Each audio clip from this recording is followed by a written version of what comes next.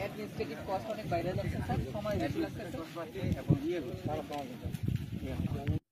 কিছু হয়তো চাচ্ছিল যে রাস্তাটা দরকার, অথবা আমরা ম্যাপটাও দিচ্ছি, আমরা এটা আসার সময় আমরাও দিচ্ছি, ম্যাপের সময় দিচ্ছি সরকারের কালোটা এখানে নকশার মধ্যে একটা কালোটা আছে। তার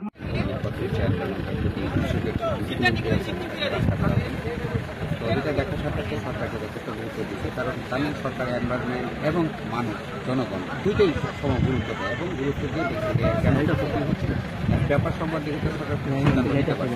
আমরা তাৎক্ষণিকভাবে যেটা করেছি, আমরা কাজটাকে কাজ বন্ধ থাকবে, বন্ধ করে দিয়ে আমাকে বলছি যে তোমরা যাও গিয়ে আমাদের জনগণকে বন্ধ করো, দিয়ে অবস্থাটা নির্দেশ আমাদের কথা শুরু কারণ আমাদেরকে জানা, তারপর আমরা চিন্তা করবো। এই উদ্দেশ্যে আজকে আমরা সেদিকে এখানে আসছি, জনগণ আমাদের সহযোগিতা করছে, আমরা এই বিষয়টা জানাবো যে ট্যাক্সটা কি কত তারপর সরকার সিদ্ধান্ত নেবে যে পরবর্তী কাজ হবে কিনা কাজ করে।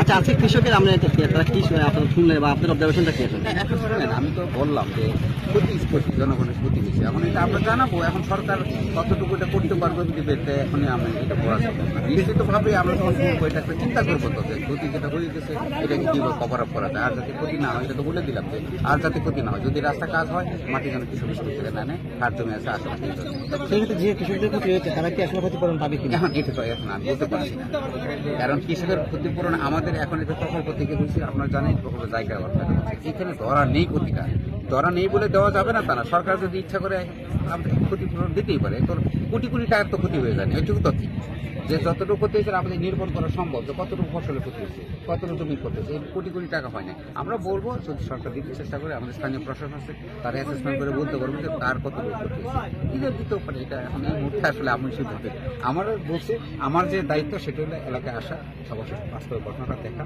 জনগণের সাথে কথা বলা, তাকে করতে পারি।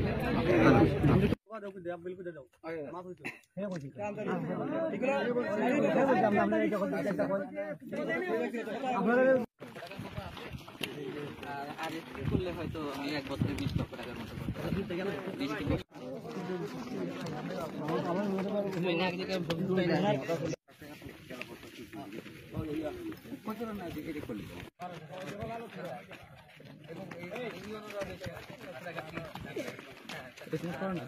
আমি সবাই এক জায়গায় একসাথে কিনতে পারবো, অথচ আমার সাথে আসলে আমি সবাই দরকার না।